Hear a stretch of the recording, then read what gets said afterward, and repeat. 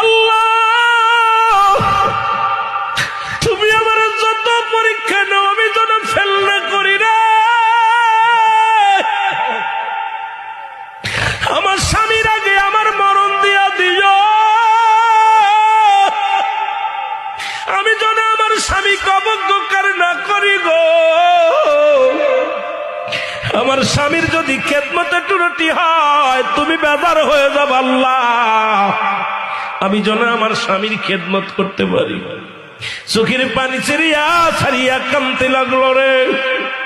এই মুসলমান স্বামীকে বলে, স্বামী রে আপনি তাঁবুর মধ্যে থাকেন, আমি যাই গ্রামে যে কিছু আনতে পারি কিনা।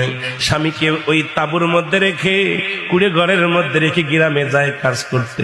সারাদিন ভরে বিবি রহিমা মানুষের বাড়ি থালা বাটি মাঝে, সারাদিন ভরে মানুষের বাড়ি পানি উঠায়।